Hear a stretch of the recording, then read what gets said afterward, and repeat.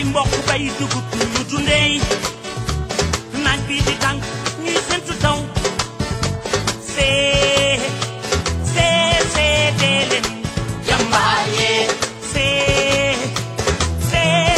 dee leen jàmbaar yee su nawetalee ñuy sentu taw soo ko wedee demal Bawal mbaa nga dem Jowalu Mbuuj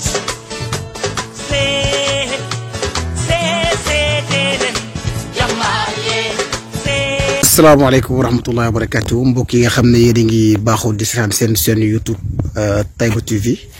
tey ñu ngi ak yéen ci benn tool boo xam ne mooy toolu El Hadj Thiam ñu gën ko xam ci Mame Ass Thiam fii si diwaanu Taïba Niassène ci région bu Kaolack mu nekk tool boo xam ne dañuy bay mbayim noor ak nawet li ngeen gis nii ay papakaaya la limon batanca kanja kaani lépp loo xamante ne bii nit da koy soxla ci wàllu mbay moo xamante ne bii jigéen dana ko soxla wala mbay moo xamante ne bii mbayam noor la ak nawet dañ koy bay ci tool bi tey nag ñu ñëwoon tey pour bëgg leen a defal benn vidéo wala benn documentaire pour wane tool bi ak ban valeur la tool bi am ci tund bi nga xamante ne bi mooy tund Taïba Niassène ak ñan ñoo ci liggéeyee ak ban taxawaay la am ci fi nga xamante ne bi moom mooy Taïba Niassène. waaw li ngeen di gis mooy li nga xamante ne bi mooy batanca yaakaar naa ne batanca moom xam ngeen ko mu nekk loo xamante ne bii batanci bu am lifin la ñoragul nag mais mu ngi noonu mooy li nga xamante ne bii yéen a ko gis noonu am na ci benn kii boo xamante ne bii bu rëy la ci batanci bi mais nag yemul ci batance mi ngi bay leneen loo xamante ne bii li mel ni kanja ak yeneen ñu demee noonu. li ngeen di gis jaxatu la jaxatu mooy li nga xamante ne bii xam naa ne mbayeen yi bëgg nañ ko lool kooku jaxatu la jaxatu bi moo nekk noonu. ak ay garabu limon yoo xamante ne bii garabu limon yu mag la nekk ci diggante jaxatu bi nekk ci diggante garabu limon yi moom ngeen gis noonu tool bi nag rëy na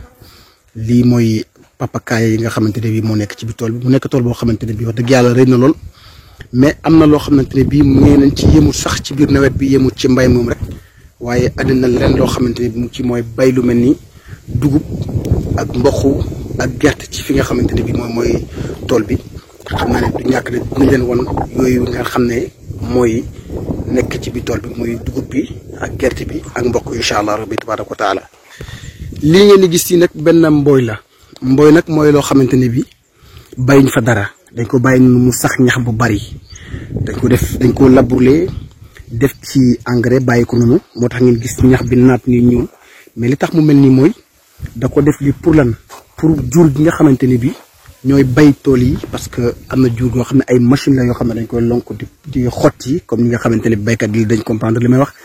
ak dugub jéeg mboq ma yooyu machine yi jur gi ñoo koy lonk te heure bii lekk day xaw a jafe ci ngooñ bi jur gi dañu bëgg lekk boo xamante ne bii lekk bu tooy la loolu moo tax ñax bi macha allah gis nga ni mu naatee nii moom la ko bàyyi nii lii wax dëgg yàlla mu nekk loo xamante ni bii wane ne na jur gi nga xamante ni bii ñi ngi liggéey ci biir tool bi sax yëg nañ seen bopp ci tool bi. waa mbokk yi li ngeen di gis mooy kaani bi yaakaar naa ne ko xool li di nga xam ne mooy kaani gis ngeen ko noonu ñoragul nag mais mi ngi commencé ñor wax macha allah meññ na gis ngeen ko nu mel nii kaani bi meññ na lool mu nekk benn distance boo xamante ne bii distance boo xaw a yaatu la fii daanaka ba ci fële ñu toll ngeen di seen rek ci néeg yi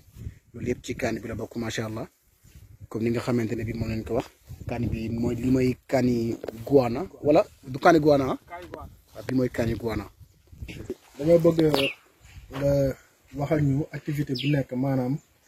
nombre de plantes yi nga xamante ni moom nga planté ci biir tool bi. waaw ak naka nga def nga planté ko ak c'est-à-dire avant récolte lan lay durer pour mu nekk mise en récolte. waaw. ñu ngi ko ci bi nga xam ne dañuy jiwaale gërëm bi léegi fii. variété yi ñu fi kii mooy yi ma leen woon kaani gi ma nga ne mooy kaani guana lee jaxatu la fii kaani lañ fi defoon mais dañ ko dindi di fi defaat leneen ji nañ ko ba pare mais saxagu parce que fii dama noonu comme defa naa fi kaani naa fi def léegi pastèque boo xam ne pour la famille la mooy ndigi si léegi lii kanja la kanja bi moom ñaari yëpp laa ci doon jiwu ak consommation familiale xam ne amul commercialisation moom consommation familiale rek pour kër gi. ak jiwu yi gis nga par exemple jiwu ñu ne ni kànji bi benn variété la boo ko seetloo gis nga ni kànji bi réyee mais du gaaw a dijji léegi nag bii daf maa réeroon ci suma jiwu ma jiwoon rek man bu ma ko gisee rek bu ma ci gis rek ma bàyyi ko réserver ko comme jiwu boo ko seetloo mooy kànji yu mag yi nekk ci kii ñoom dafay meññeel bu kii doom bi dafay rëy te du gaaw a dijji contrairement ak Clemson bi nga xam ne dafay gaaw a ci daal day gaaw a dijji donc kaani gi jaxatu gombo kii ay citron la citron yi à peu près ça fait ay 60 pieds yoo xam ne yëpp mais nag commencé gu ñu produire parce que dañ ne moom il faut mu am 3 ans doo commencé produire léegi mi ngi ci 3e année bi bu nawet bi jeexee day 3 ans bi day consommé na 3 ans en ñett bon fii bisaab laa fi defoon bu ma ko dindee ma def ci kaani kii kaani poivron waaw fële ci kanam ma def ko kaani guana moomu ci kanam léegi nag pour bañ a perdre kii bi rek parcelle bi daal donc kaani gi mu ngi commencé nañu fi nii moom mais moom it bon dama doon essayer rek ba xam ndax dana ko mën a jël noonu mais nag gis naa ne mën naa marcher normalement donc lii yëpp ay expérience bi ma doon def la pour essayer daal pour mu nekk essayer xam ne ëllëg dinaa mën a kii parce que fii li baaxoon mooy bala ngaa def lu yëpp nga def li ñuy wax analyse de sol xam sol bi nan la parce que fii ñun ñëpp xam nañ ne ñett façon yu sol moo fi nekk mooy sol bi ñuy wax joor ak sol bi ñuy wax dek ak sol bi nga xam day combiner ñaari joor ak dek ci bon ci ay wolof la joor mooy boo xam ne suuf si dafa xonk waa dëgg la buñ ne dek mooy suuf soo xam dafa dëgër buñ ne joor dek mooy combiner ñaar ñi daal nga xam ne booy bay par exemple booy bay suuna da ko def ci foo xam ne dafa joore carrément mboq tim bëggu joor carrément fu ñuul la gën a bëgg donc boo xamee cette façon type si ne ci sa tool da nga mën a kii kaani bi tim la même chose bu variété bu naal da ngay seet suuf ba ko gën a adapté nga dog ko loolu nag moo doon utilité lii nii ba tey buñ toogee di waxtaan naa mën a gën a incha allah aubergine bi nag dafa am une petite particularité parce que dama koo ji daaw bi mu tawee la commencé laa ko planté woon pendant toute la saison sèche ci nord bi dama doon récolté bi ma demee ba mois de mai ma élagué ko dama ko toog yëpp ba mu kii mel ni loo xam ne soxlaatuma ko mais bi mu tawee rek mu régénéré waat encore gis ngeen ko xam ne nii moom laay récolté démb rek ñu ngi ci dokk à peu près ay 3 sacs ñu digg si rek 3 sacs ak kii ñu gis ngeen doom yi dafa làqu waaye am na doom par exemple gis nga doom yi ne nañ ci moom la doom démb rek lañ ko doog voilà donc fii mooy place su aubergine bi yëpp aubergine la léegi papakaay bi ñuy seen nale waaw papakaay bi moom mos nañ ko dagg wala mu ngi door a meññ. waaw papakaay bi am na ay quelques fois ay doom lañ dem ñëwoon na papakaay waaw fii papakaay kii la nu mu tuddati ne c'est-à-dire solo la papakaay bu mën a meññ la dafa xonk ci biir itam bu mën a meññ la dafa xonk ci biir bii beneen papakaay la moom mooy papakaay yu ngand yu mag yi moom du solo mais li ma constaté man mooy fii ci loolu laa ci bëggoon mooy xam ñaari variété yi ban moo ci gën a adapté fii mais li ma seetlu mooy bii moo gën a adapté ci tool parce que boo ñëwee. parce que boo xoolee sax doom bi moo gën a rëy. voilà boo ñëwee fii. gis nga bii kaay fii gis nga ko.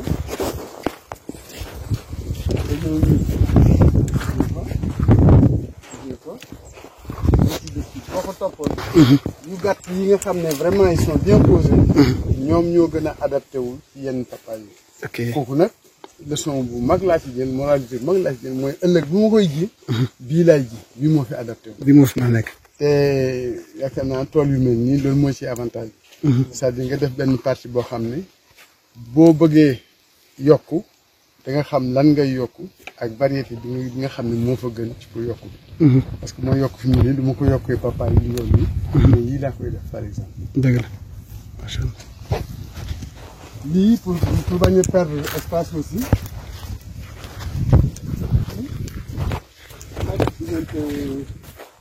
xam nga diggante rangée yi def naa ci papaye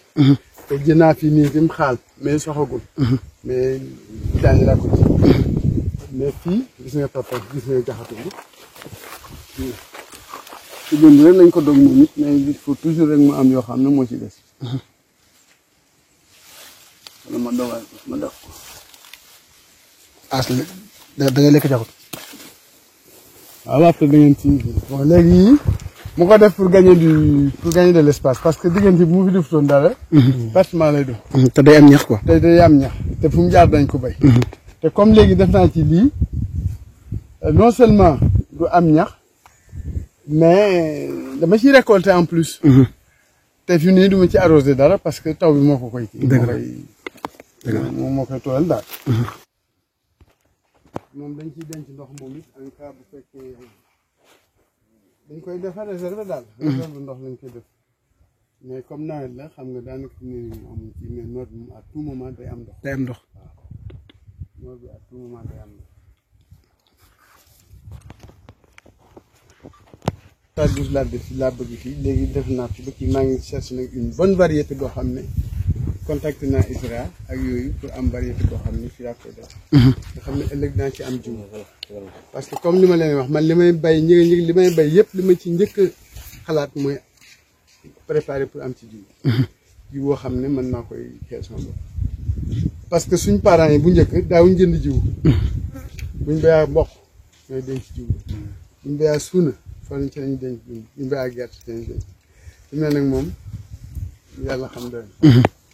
na bi loolu laa ko réservé macha allah voilà léegi fii ci grande culture boobu parce que comme ni ngeen ko waxee woon modernisation bi gis ngeen ko ci toolu maraîchage bi waaye nag la maam ya doon béy itam dañoo continuer di ko def muy mboq pour dund dugub pour dund gerte pour jaay wala pour def yeneen lii nag mboq la moo xam ne mu ko xaw a yéex a ji je l'ai fait exprès parce que dama ne ñi béy mboq fi mu ne nii ñetti yëf lañuy viser benn bi bu ñoree tooy am prix bu baax ñu jaay loolu nag pour nga am prix bu baax da ngay bokk ci ñi njëkk ñorle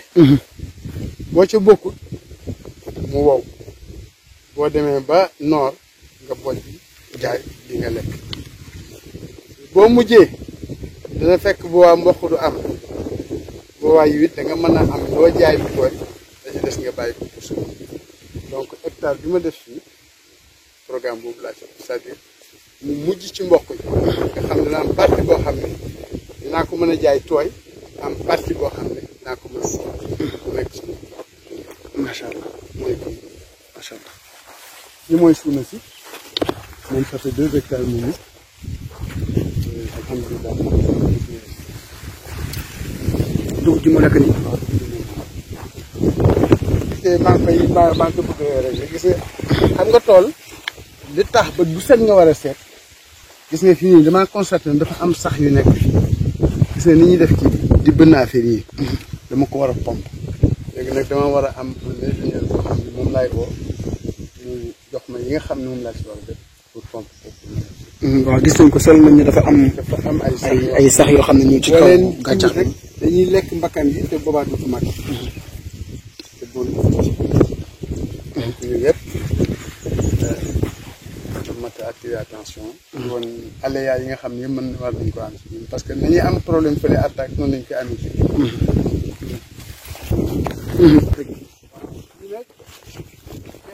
grain de bouche la benn qualité gerte la boo xam ne bon doom bi dafay dijji te vraiment am na njëriñ loolu daal. comme tool bi am na ñetti xeetu gerte. waaw kii grain de bouche mooy borom doom bu dijji bi. mooy borom copp la fure li tax ma def ko nii comme ni ma leen waxoon toujours man jiw ma koy def toujours. dëgg la donc fii bëgg naa fi jiwu pour kii graine de bouche fii jiwu copp fa lay jiwu ñor ñaare du tere nag benn partie moo doon wax fële c'est-à-dire ngooñ peut-être naa ko amaat peut-être fële du ma ko fa am parce que bu ñoree dafay teel a ñor day teel a ñor moom mën naa am tawtee ngooñ loolu mooy différence am entre ñor ñaare bi ak moom day teel a ñor moom day teel a ñor waaw li tax itam ma def ko fële ëllëg parce que fii am naa fi hectare yu bëri ëllëg bu ma ko doon rek mën naa béy 1 hectare boo xam ne may prévoir na premier taw bi rek ma jikko xam day teel a ñor waaw bokk na sax ci lu ñu bëggul laaj par exemple gis nañu dëkk bi ak tool bi dafa xaw a jege lool surtout ci nawet bi nii mun naa am sax dina tere ndax tool yi ñu béy ci peggam nii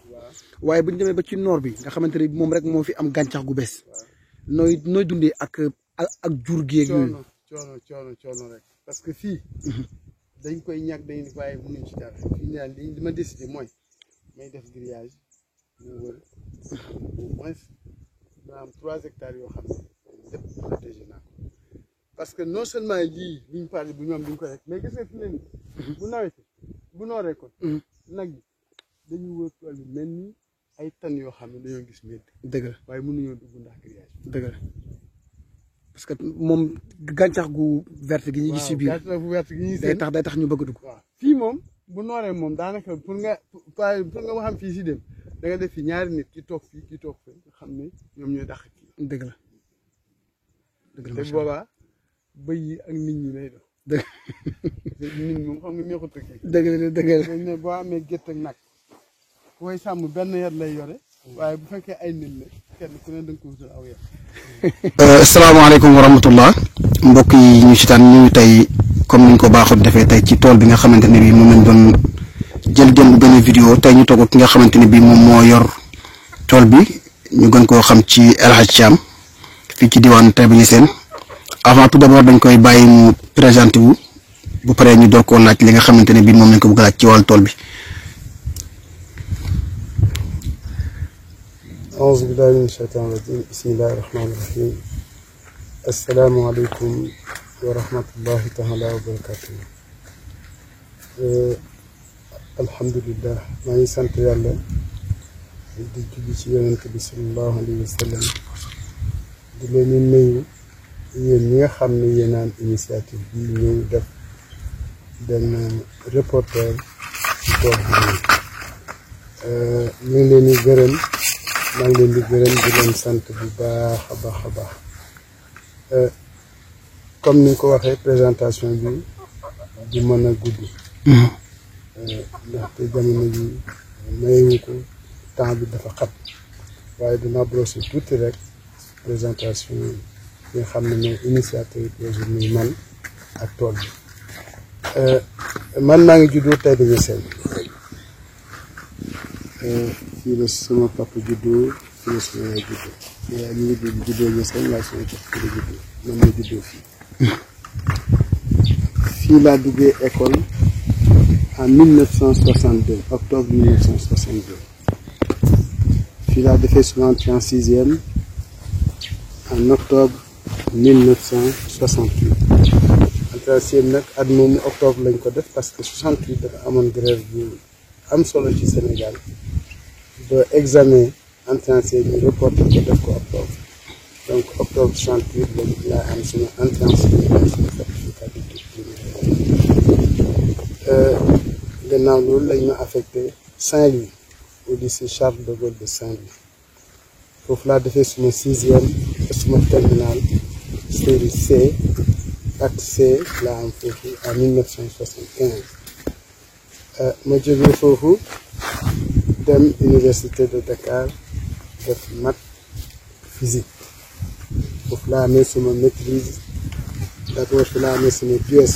diplôme université d'études scientifiques ak suma maîtrise mathématique pure après ma dem Abidjan foofu laa amee suma maîtrise mathématique appliquée après ma dem Paris foofu laa amee suma master 2 option management et organisation maintenant loolu toujours ci université Paris Dauphine foofu laa defee suma diplôme 3e cycle MBA management des ressources humaines gannaaw loolu jàngale naa ci lycée Seydina Limamou Laye daanaka ci ñi ko ubbi ci laa bokk jàngale naa itam en Côte d'Ivoire liggéey naa ci institution bu mag institution internationale pendant 19 ans gannaaw loolu yëpp nag laa dellu si cosaan parce que ci mbay laa judd donc ci mbay itam ci laa bëgg def suma expérience bi ma am yëpp ñu ne bi ma sañoon dinaa ko def ci mbay mi ci loolu nag moom laa commencé di ci ñaan yàlla dimbal nañu ñëpp li nga xam ne bëgg nañ ko ci mbay mi ñu am ko. macha allah ñu ngi rafetlu présentation bi gis nañ ne tool bi comme ni ñu ko waxee léegi am na benn ampleur bu mu am ñu bëggoon a xam turu tool bi ak lan moo la inspiré ba tax nga bëgg a def tool bu mel nii ci tundu Taïba Niassène. waaw tool bi moom wax dëgg ñun comme ni ma la ko waxee dañoo judd ci mbay bi may nekk élève primaire ay 62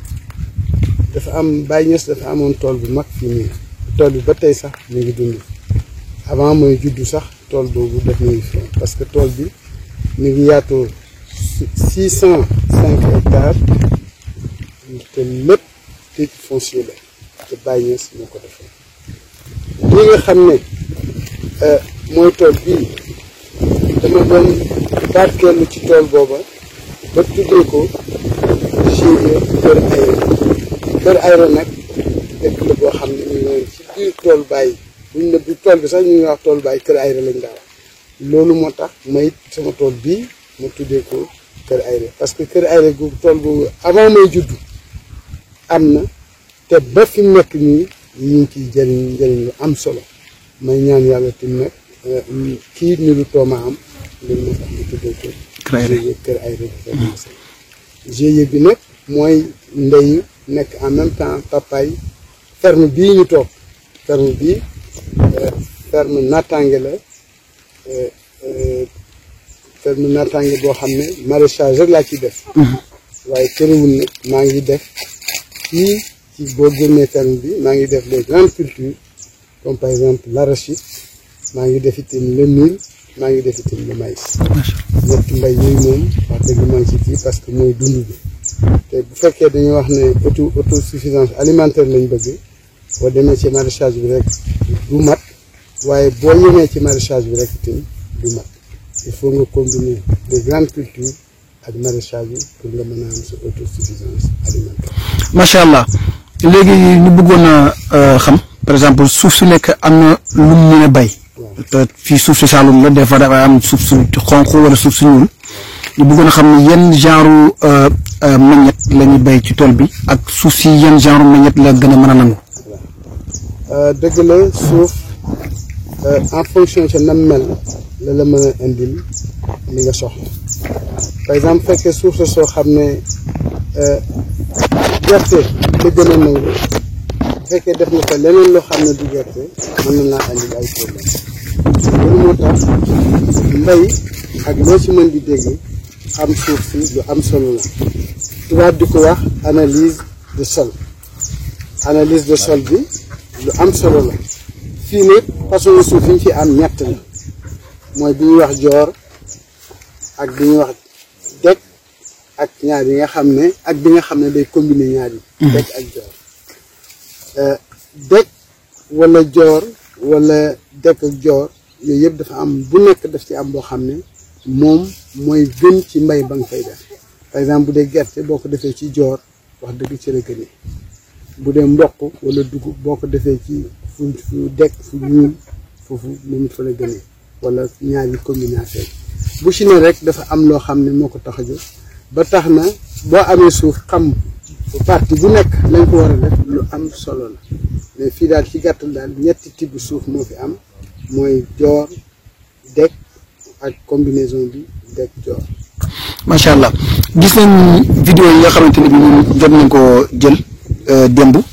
gis nañ ne daf cee am maanaam produit bi yoo xam ne ban produit bi ngeen ci utiliser mën naa am suuf si baax na mais gis nañ ne mën naa am na yeneen produit yu ci rax ndax gis nañ ne kaani gii dafa rafet ak doom yi ak jaxatu bi yooyu dafa am yu am ay qualité lañ ñu bëggoon a xam ndax dafa am ay produits yoo xamante ni bii da nga koy utiliser wala suuf si mën nañ noonu. waaw xam nga lépp mu ngi aju ci suuf si suuf bi boo ko joxee li mu bëgg rek mu jox la nga bëgg ci mais pour nga jox ko li mu bëgg il faut nga xam la mu bëgg te man nag damay éviter c'est pas une mauvaise publicité bi may defal yooyu damay éviter di utiliser de trop engrais chimique damay utiliser engrais organique certes dinaa utiliser engrais chimique mais engrais organique laa gën a jox importance la preuve en est que yaakaar naa bi ngeen def seen reportage bi gis ngeen ay ay pax yu bëri yu ma def ci biir tool bi yoo xam ne yëpp ma koo def pour def ay compostage yoo xam ne engrais organique lay nekk en plus de ça am na benn engrais organique boo xam ne c'est industriel ñu koy wax biotos boobu tim bu am solo la dama fàtte ni kon dinaa indi ci waaye tax na donc suuf si du sotti engrais rek moo koy sottal xam lan la bëgg ko ci def loolu moo koy sottal li mu bëgg nag fii mooy engrais boo xam ne naturel organique ñax mi nga bëgg mbay mi nga bay ko bàyyi fi ñax mi xotti gerte yi nga dëpp ko ba mokk def ci même fii ci gannaaw sax am na nag yu ma fi doon tosal bi ñu tosee ba pare damaa dajale seen déchets yooyu yëpp moudre ko ba mu nekk poudre ma sotti ko ci tool bi tasaare ko bay ko donc pax kaani goo gis tim fam juddu fa ma ko def naa fa au moins benn pax boo xam ne diamètre bi mën na 50 centimètres hauteur bi mën na 50 centimètres ma sol ko suuf su baax boole ko engrais organique bi doog a bàyyi ko ba mu gën ba mu nëb ma doog a jëmbat loolu tim gis naa ne lu am solo la ci plante yi parce que ñu bëri ci dëkk bi sax dañuy wax léegi dañuy wax kaani El Hadj Thiam parce que dañuy dem jënd kaani par exemple ak Kaolack indi ko bu ñu ko jëndee tey indi ko bu ñu fanaanee suba mu commencé di gooy c'est-à-dire di xaw a yàqu waaw yàqu tandis que suma kaani yi ñoom liñ ci seetlu mooy bu ma ko dogee jox leen ko par exemple tey ji mën nañoo toog 4-5 jours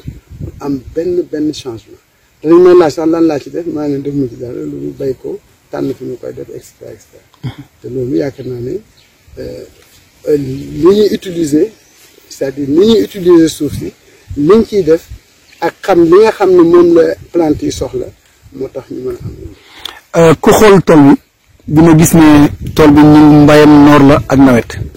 yaakaar naa ne nawet moom mënuñu ñàkk laaj ci fan la ndox mi di jógee parce que asamaan si dina taw mais buñ demee ba asamaan ci tawatul fan la ndox mi di war a jógee ci fan la ñu jëlee ndox pour taw beeg yooyu. waaw xam nga tool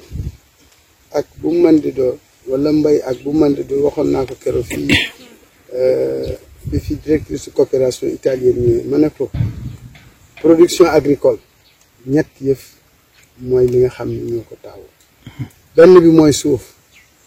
benn bi mooy main d'œuvre benn bi mooy moyen ñun am nañ suuf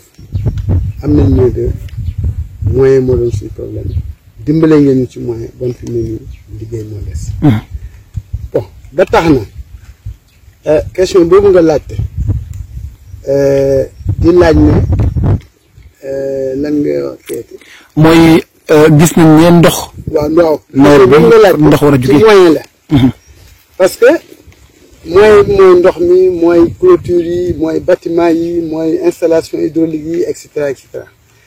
mais ndox mi nga laaj nag de façon précise kooku dafa am solo parce que tool boo am te amuloo ndox amuloo dara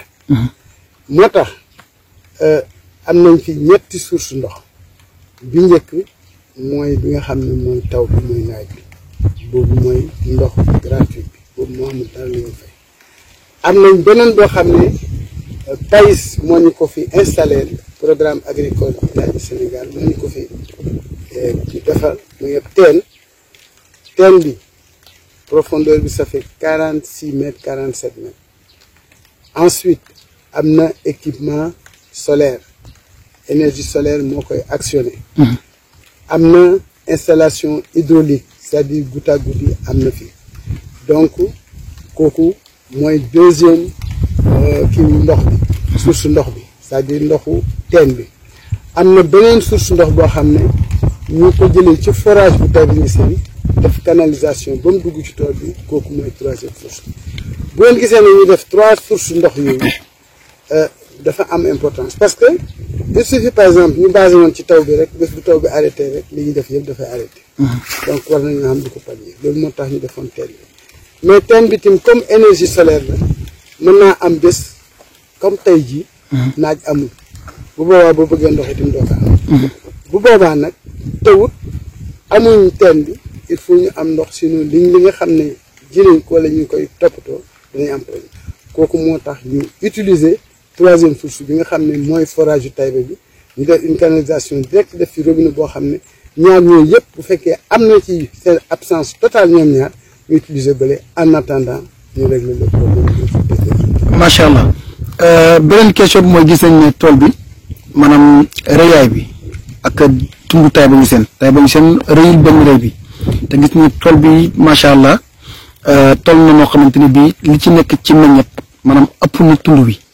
naka ngay dundee loolu bu ñoree da ngay am ay actionnaires yoo xam ne dañ ñëw jënd ci légumes yi wala da nga koy yóbbu ci marché yi wala. waaw jërëjëf boobu une question bu am solo parce que réalisation bu ne rek marché ba lu am solo wax ci marché bi lu am solo tool bi li ñuy béy fi mu nekk nii am na ci loo xam ne dañu obligé génnee ko Taïba Niassène mais ba lañ ko génnee day fekk mu waruñu Taïba jël nañ li soxla parce que li ko taxoon na jóg du qualité donc bala ñu def lenn dëkk ñu ko fenn dañuy toppatoo ñi nga xam ne ñoo na ci dëkk bi soxla loolu ñu def ko bu pare ba tax na buñ récolté par exemple tey li njëkk a def mooy ñi nga xam ne ñoo ñu yoreel marché bi fii ci marché Taïba Niassène ñu laaj leen lan lañ soxla ci kaani lan lañ soxla ci bataji lan lañ soxla ci poivron lan lañ soxla ci jaxatu lan lañ soxla ci kanja et cetera et cetera bu ñu waxee ñu jël loolu yóbbu leen ko la ca des nag ñu ji koy ventiler ci entre les différents luuma yi nga xam ne ñu ngi am ci département muy luuma Dingiraay di luuma Nioro du Rip di luuma Kër Madiabel ak luuma Wàkk Ngoona et cetera et cetera yooyu nag mënuñu wax ne mën na leen satisfaire li ñu am rek lañ leen yóbbu loolu moo tax fi mu nekk ni suñu programme mooy une extension boo xam ne non seulement dañ satisfaire département bi mais dañ mën a jaay sax ak Kaolack jaay même pourquoi pas à Dakar. léegi question bi topp mooy ndimbal li gis nañ ne tool bi par exemple nekk comme ni ko waxee léegi mënut ñàkk ne dina am lan mooy koo xamante ne bii li leen dimbale est-ce que état bu Sénégal wala am nañ koo xamante ni bi dafay bokk ak yéen mbir mi am di ci def dooleem ak yooyu. waaw ndimbal moom la kuliyaalin koo gis mu tane morom ko rek dafa am ko fare ci gannaaw di ko dimbale yàlla nag moo ñu yore ñun ñëpp waaye dafa am ku nekk foo xam ne fa lay jaarale ndimbal li comme ni ko wolof di waxee peccam liir boo gisee mu neex yaay ji dafa téye ca mbagg ya ñu ni tim boo gisee suñ tool bii wax dëgg nga ñëw naw ko am ci yaakaar du ñun rek bu doon di suñu am rek bon mën nañu wax ne du agsi fii waaye yàlla dimbali ñu teseeg benn partenaire boo xam ne ñu ngi ko tuddee PAIS PAIS programme agricole Italie Sénégal programme boobu ñoom ñoo ñu defal clôture bi ñoo ñu defal teen bi équipé ko ñoo ñu defal base de vie bi c'est-à-dire fi nga xam ne ñi dëkk ci tool bi foofu lañ dëkk ñoo ñu defal bassin bële et cetera et cetera te kooku ça fait un investissement boo xam ne bu ma yeboon na la mën na 12 millions donc loolu ñu ngi remercier PAIS bu ma ñu ngi remercier PAIS nag remercier naa ñaari réew muy suma réew ak Italie parce que programme agricole la Italie Sénégal donc maa ngi remercier d'abord suñu chef de l'État di remercier gouvernement bi di remercier ñi nga xam ne ñëpp ñi ngi liggéey ci mbay te ñu ngi ciy def loo xam ne dana jëriñ Sénégal donc loolu mooy partenaire PAIS bi maa ngi remercier nag surtout itam coopération italienne di remercier le peuple italien di remercier seen njiit parce que kat Sénégal li tax ma njëkkee ko mooy Sénégal bu fekkoon ne amul relation privilégiée wala relation yoo xam ne dana ko permettre Italie jógee fële ñëwee da koy dimbali si bon duñ jot ci lii waaye Sénégal moo def liggéey boobu donc bu ñuy remercier moom nañu njëkk a remercier muy chef de l'État muy gouvernement bi ñoom yëpp bu ma ne gouvernement bi nag la ko dalee ci président de la République ba ci chef de village wala maire bi nga xam ne sax mi ngi ci dëkk bi ci foofu laa koy ba tax na à travers lii maa ngi remercier encore le gouvernement sénégalais le gouvernement italien ak ñi nga xam ne ñëpp bokk nañ ci liggéey boobu nga xam ne somb nañ ko mu di programme agricole Italie Sénégal te ñi nga xam ne ñoo nekk Kaolack di représenté pays ñu doggoor lañ ñu baax lañ ñu dimbale lañ ñooñu nag bu ma waxee état bi rek wax naa ANIDA mi nga xam ne moo ànd ak pays def liggéey bi nga xam parce que côté technique bi ANIDA moo ko assuré woon mais côté financement bi pays mooy ki nga xam ne moo ko assuré. suñu beneen question mooy gis nañ ne liggéey ci say biir bokk ngay def Taïba Niassène nga juddoo wax nga ko ci commencement wax bi fi nga defee sa lépp te it mën nga am leneen loo xam ne mu nga ca nekk mais nga choisir ñëw di liggéey di bay ci say biir bokk te gis nañ ne en général liggéey ak say biir bokk dafay xaw a métti tool bi nekk ci tool bu nekk tool boo xam ne dafa jege dëkk bi te ku ne xam ne dëkk bi dafa am ay jur nañ bàyyi fas yi wala mbaam yi wala extra ba mu jeex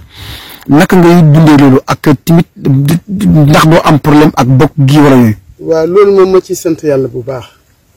ndaxte lu mel nii mën naa wax ne du tey laa ko commencé bi ma nekkee étudiant commencé liggéey terrasse bi nga xam ne moo njëkk am ci Taïba Niassène yàlla mën na ko jagleel tey jii Taïba lépp ay terrasse la ak i étage dëkk yi ñëw ci commune bi ay terrasse la ak i étage bon loolu ba ma koy tabax nag à part ñaari nit suma bay ak El Hadj Abdoulaye Niass yal na yàlla xare àjjana ñooñu rek ñoo ma ci doon xiir parce que ñu ci des ñoom lan lañ ma wax da nga yàq sa xaalis sa terrasse bi ngay def moom nga ko def Kaolack di loué ko wala nga def ko Dakar loué ko et cetera waaye dama leen tontu woon lu gàtt la man liggéeyuma Dakar sama yaay ak sama baay ñu ngi fii bu ma sañoon fa ma nekk dëkk Dakar wala ma dëkk ko Abidjan wala ma dëkk ko Tunisie wala ma dëkk ko Paris ma ak suma papa ak suma yaay au moins dañ sa nekk comme loolu mënta am naa leen defal loo xam ne fii niroo na ak la ma nekk fële ñoom ñu nekk ci bu boobaa sama xol da bu sedd loolu moo taxoon ma dëkk waaye gis naa ne yàlla def na ci ndam parce que boo toogee tey jii Taïba yëpp nga gis ne terrasse la ak étage nga gis ne dëkk yi ko wër yëpp terrasse ak étage lañ yaakaar naa da nga wax ne kii kat nekk ñaar ñi ko supporté woon ñoom am na lu ñu gisoon te lii lañ gisoon ma yaakaar itam ne tool bii itam nii ma ko commencé nit ñëpp naan moom mi ngi jàng ba pare au lieu mu dem liggéey ne ci biir yi ci def ni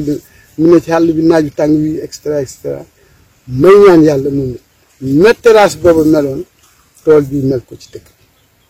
c'est-à-dire bëri ci dëkk bi xam naa ne lu meer bëgg la te mi ngi ciy liggéey te maa ngi ñaan yàlla dimbali ko ci moom may lépp loo xam ne mën naa ko ci jàppale ci partenaires yi dinaa ko def ba nga xam ne commune am nekk commune boo xam ne référence lay nekk ni tool bi di nekkee référence dëgg la liggéey ci ay biiru bokk jafe na métti na waaye nag lépp loo gis rek éna ji moo am solo boo énaa rek daal dana la dimbali te li ma éni woon mooy tool bi nekk école école nag mooy référence mooy foo xam ne dañuy jàngee fa dem tari feneen maa ngi ñaan yàlla tool bi lépp loo xam ne am na ko ci lu baax yàlla naa ko bokk ak waa dëkk bi ak mbokk yëpp ak waa tund bi lépp lu baax loo xam ne bu ñëwee fii mën nañ ko fay jëlee yàlla na ma yàlla dimbali ci loolu ba bu ñëwee ñu jot lépp loo xam ne yaakaar na ne buñ ci jaaree danañ am lu mel nii te man ma jaar fa bu ñëwee daan wax ne lii laa def fii laa jaar et cetera et cetera. macha allah ñu rafetlu macha allah sa li nga def nii parce que yaakaar naa ne yombut créer beneen mbir bëgg ci ay morom am te nit moom ci en matière de commerce du ma commerçant mais yaakaar naa ne ku commerce li ngay jaay doo bëgg sa morom jaay ko waaye nag bëggoon nañoo xam tamit tool bi gis nañ fii papakaaya gis nañ fi limon gis nañ fi leneen mais bëgg nañu xam lan mooy li nga xam ne ban meññet mooy meññet bi nga xamante ni mooy meññet bi principal ci bi tool bi parce que xam yaakaar nañu mbay mu nekk am na ko xamante ni bii mooy buñ soxlaa mboq dañu wax ne demal ci diw buñ soxlaa gerte ñu demal ci diw mais tool bi lan mooy principal bi nga xamante ni moom mooy mbayam. voilà boo gisee moo la école la école dafa mel ni dañuy dajale ñëpp bu ñu dajalee ñun nag bu ñu jàng dañuy dem ba benn jamono ñu ne kii mathématique lay def kii science naturelle lay def kii arabe lay def kii anglais lay def kii et cetera philo et cetera et cetera et fii itam c'est la même chose man suma spécialité principale fii ci tool bi li ma ci bëggoon mooy kaani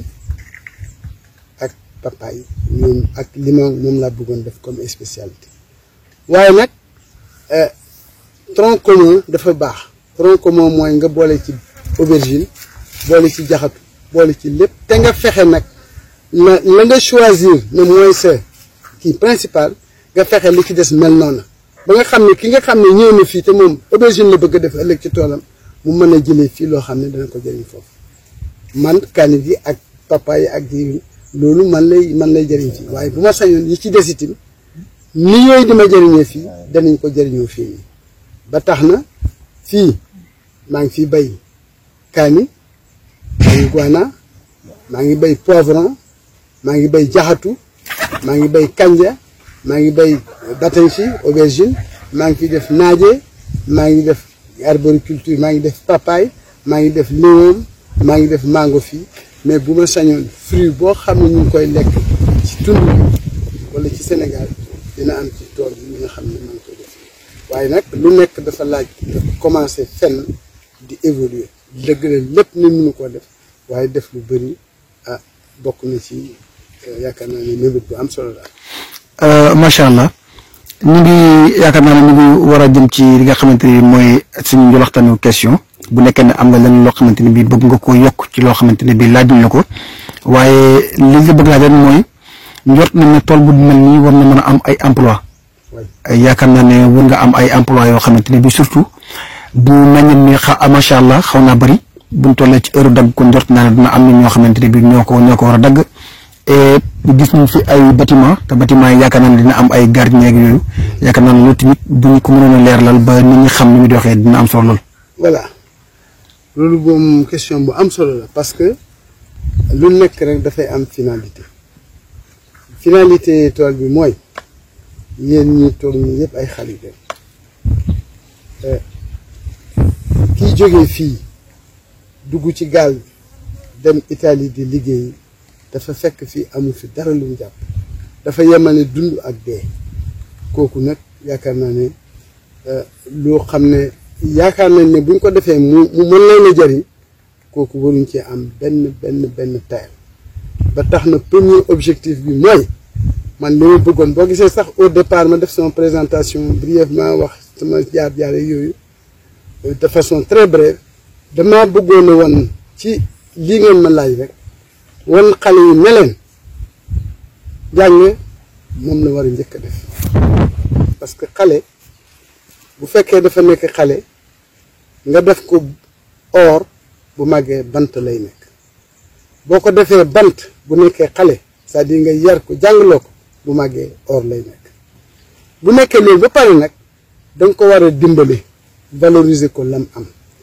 bañ ñu nekk par exemple waxuma la dem ci géej gi sax waaye am na dem ci ay Italie yooyu sax waaye am na ñoo xam ne dañu nawet fii tay ba ay xale ba nawet bi jeex ñi nga Gambie ñi nga Nigéria ñi nga Mali ñi nga Dakar ñi nga et cetera en plus ñi nga xam ne ñu ngi dem à l'étranger nga xam ne ñooñu aventure mooy fa yóbbu ma yaakaar ni bu fekkoon lu mel nii ñoom am nañ ko fii ci Sénégal duñ fi bouger loolu nag état bi rek moo leen ci mën a dimbali état nag dañuy wax ne le développement d'un pays du moins le développement d'un pays repose sur l'agriculture daa ci joxe rek benn exemple parce que ci emploi yooyu nga wax Sénégal dina am ñoo xam dañuy defar ñu am xaalis lool waaye bu ñu amee xaalis lu ñuy def dañuy dem Dakar jënd fa benn terrain def ko immeuble di ko louer di ci gagner ay millions par weer millions yooyu ñuy gagné ci état bi dimbali leen ba ñu am ko au maximum benn emploi la am mooy gardien bi à part gardien bi xamuñ beneen création emploi bu ñu def xoolal tool si ndaw si nga xam ne ça ne fait même pas pour le moment 15 millions ñetti nit ñu ngi ci liggéey de façon permanente bés ñi ki tey ñu ngi ci toog xamu ci kenn koo xam ne yor nañ ne benn dërëm ci sa salaire te salaire normal lañ leen am na 6 personnes yoo xam ne temps mbay ñooñu ils sont permanents fii ba mbay mi jeex bu mbay mi jeexee bu ñu demee ba ca récolte am na 6 encore yoo xam ne permanent la ñu nekk ba récolte bi jeex donc en tout mën naa wax ne am nañ ci tool su ndaw si 3 yoo xam ne ils sont toujours permanents ak par alternance 6 yoo xam ne ils sont permanents muy 9 emplois ci moins de 15 millions teg fii gis nga li fi état bi investir bokkul ak opérateur bi nga xam ne dimbali na ko ba mu am ay milliards mu tabax dem Dakar tabax fa jël benn gardien xam nga kooku du dimbali xale yi de benn gardien la jël fii nag man tool bi lim tuuti mën naa wax ne 9 personnes ñu ci liggéey 9 personnes loolu yaakaar naa ne lu am solo la moo tax may ñaan yàlla partenaires yi ku ñëw dinaa la ko expliquer pour nga gën ñoo jàppale ñu gën a yaatal tool bi gën a am ay employés gën a dimbali Sénégal. yaakaar naa ne ñu ci njëlaxtalu waxtaan wi comme ni ma ko waxee léegi bu nekkee ne am nga benn message boo xamante ni bi yaakaar naa ne jox nga message sax waaye du ñàkk ne am nga loo xam ne bëgg nga ko wax askan wi moo xam mu jëm ci askan Taïba Niassène wala moo xam mu jëm ci Sénégal wala ci àdduna bi ñu lay seetaan bu nekkee ne am nga benn message bu jëm ci moom incha allah rabbi ñu ngi lay déglu pour nga jox leen ko ak looy tàggatoo. voilà message bi ma leen jox mooy ak loo ci mën di dégg rek mbëggeel gi dafa war a njëkk bëgg li ngay def gëm li ngay def lu am solo la fii bi ngay commencé yees sareti mbaam laa yoroon di jëlee ndox mi ca forage bi ay 100 bidons di indi di arrosé ba yàlla indi teen bi yàlla indi robinet bi nga xam ne jëlee naa ko ci kii bi yàkkamti mooy principal défaut xale yi fi nekk nii principal défaut xale yi mooy yàkkamti yàkkamti googu nag dara war na ko lu du gisuñ lenn luñ jàpp parce que nit ki tim bu fekkee amul dara lum yaakaar dégg lenn fenn dana dem foofu waaye bu fekkee am na lum yaakaar te gis na ko fu mu nekk dana jéem a def loola bon damay bëgg xale yi dafay neex lool de temps en temps étudiants yi élèves yi di ñëw fii am nañu koy def sax bu ñëwee rek mën na kii tàllal ataay ñu ataay ñuy waxtaan ñu kii di waxtaan ci mbay mi di waxtaan ma gis ne ñu ngi bëgg mbay mi damay xamuñ ko woon moo leen ne par exemple fi mu ne nii mën naa xëy récolter loo xam ne mën naa ci am 150 000 wala 100 000 francs donc loolu man pour man am na solo c'est-à-dire leen won loo xam ne am na njëriñ fexe ñu bëgg ko lu am solo ba tax na maa ngi invité xale yi ñoom ñëpp à travers reportage bi képp koo xam ne lii yitteel na la na nga ñëw moo wan la li nga war a def li mu wan la li ma def man baag si fii bu la doyee baax na ba tey tim ñi nga xam ne ñu may jàppale ñooñu nekk luñ fi El Hadj Thiam rek ñëpp lañ fi nekk te El Hadj Thiam xam na leen te El Hadj Thiam bu sañoon ay doomam ay rakkam ay yëppam dinañ def ni moom ba nga xam ne dëkk bii fi mu ne nii kenn dootu fi jënd dara lépp dañ koy exporter boo bëggee jaay. message bi may joxe daal mooy maire bi ñëw na fi daf fi ñëw très souvent suma xarit la suma promotionnel la te nit ku baax la bëgg na dëkk bi te bëgg na dëkk bi avancé moom it loolu nga keroog bi ñëw ci tool def na ma keroog bi ñu koy wax sax gouverneur mi ngi fi ak kii nu mu tuddati préfet mu ne gouverneur man de dama bëggoon daal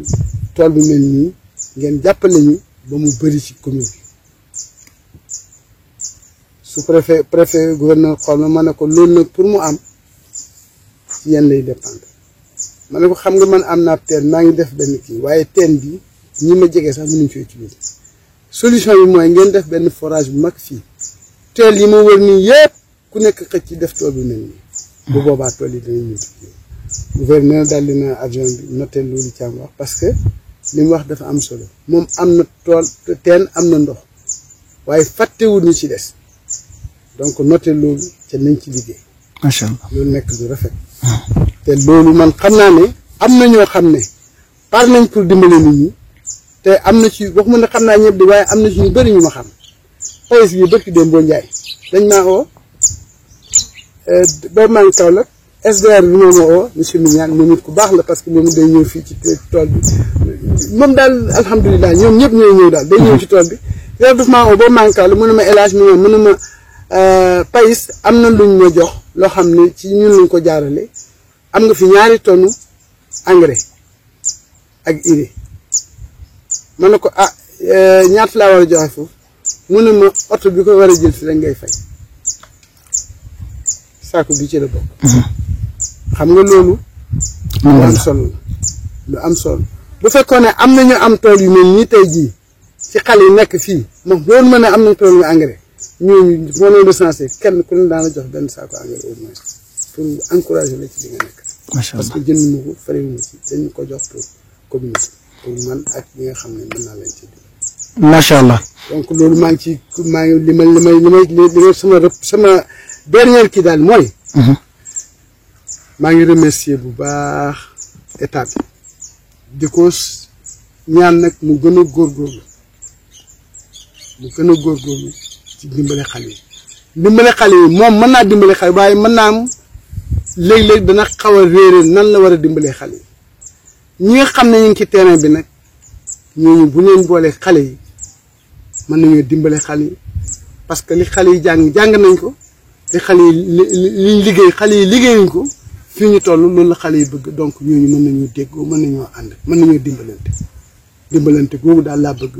mu sax état bi dimbale ñu ci dimbale ci xale yi dimbale ci Sénégal bu ñu ko defee rek slogan boobu moo wax ne le développement de tout pays repose sur l'agriculture bu boobaa Sénégal dina développé.